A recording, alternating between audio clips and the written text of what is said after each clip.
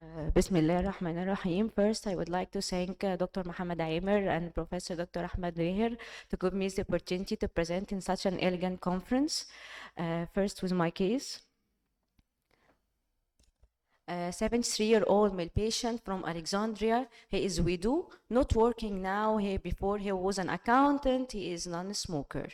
He came to the clinic complaining of abdominal distension since 1 month.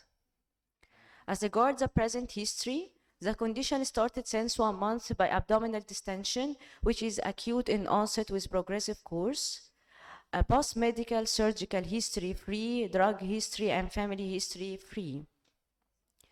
As regards the physical examination, starting with the vital signs, the blood pressure was normal with no postural drop. The pulse is 70 beats per minute, respiratory rate 17 cycles per minute, and temperature 33 Celsius. The head and neck was free with normal GPP, the chest and heart free, and lower limb is no bilateral lower limb edema. The only positive finding in the ascites, the patient present with tense ascites with no organomegaly. As regards the initial investigation, starting with the CPC, normal, liver function tests with normal apart from mild hypoalbuminemia. As regards the virology of the patient with virus, hepatitis B virus and hepatitis C virus were negative. The ultrasound, abdomen and pelvis, there is no picture of liver cirrhosis with normal spleen, and there is only massive ascites. So paracentesis was done to measure SAG, biochemical and culture and cytology. The SAG is 0.9, the acetic protein is high with normal acetic glucose and LDH mild elevation, and there is high white count with mainly acetic lymphocytes, which is 71%. Culture negative, and cytology inflammatory smear with reactive mesothelial hyperplasia, and there is negative for malignancy. As regards the patient age, is 73-year-old and present with low SAG, so we think first about malignancy. So with the CT abdomen and pelvis with IV contrast, there is only massive ascites with no portal vein thrombosis nor hepatic vein thrombosis. So we are thinking the only positive in this patient is mesothelial hyperplasia.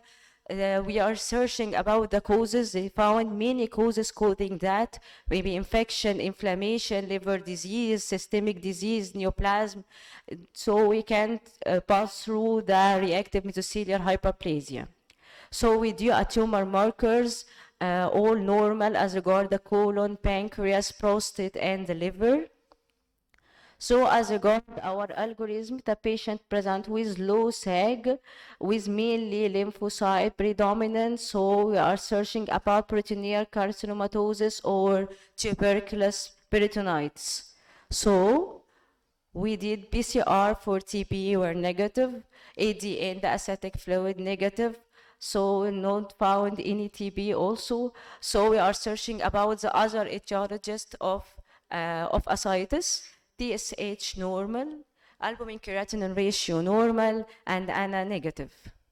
So as regard the causes of low SAG, serositis, as regard the infections has been excluded, autoimmune disease excluded, cancer, we can consider it excluded. As regard the tumor markers and CT, there is no GI problems, and the renal, there is no nephrotic syndrome.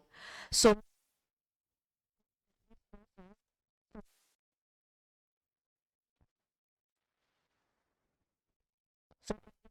to PET scan. The PET scan, there is diffuse nodular omental thickening. So the patient was sent to the intervention radiology to take any biopsy from anything to be found throughout their screening. But actually, they don't found anything. So the patient told me the patient have ascites only. So I saw the patient do a laparoscopic biopsy as our last option. The diagnosis was proteinuria lymphomatosis. As regard proteinuria lymphomatosis, involvement of the proteinuria occurs very rarely and exceptionally as an exclusive extranodal presentation of lymphoma. In most cases of lymphoma associated with this rare entity are high grade 1, and there is secondary to high grade nodal lymphoma. This is more frequent than primary proteinuria lymphoma, and there is only few cases described in the literatures. There is another paper published in 2020. There is only 2 cases reported in the literature still now. Our differential diagnosis in our case maybe there is a metastatic neoplasm, carcinomatosis, pseudomyxoma proteini, or sarcomatosis. Maybe has an infectious like granulomatous peritonitis or inflammatory pseudotumor. Maybe there is miscellaneous tumors like osseous metaplasia or cartilaginous metaplasia. And thank you. My home message, not only cases of ascites can be diagnosed by simple. Actually, we can reach to laparoscopic biopsy to diagnose a cause of ascites.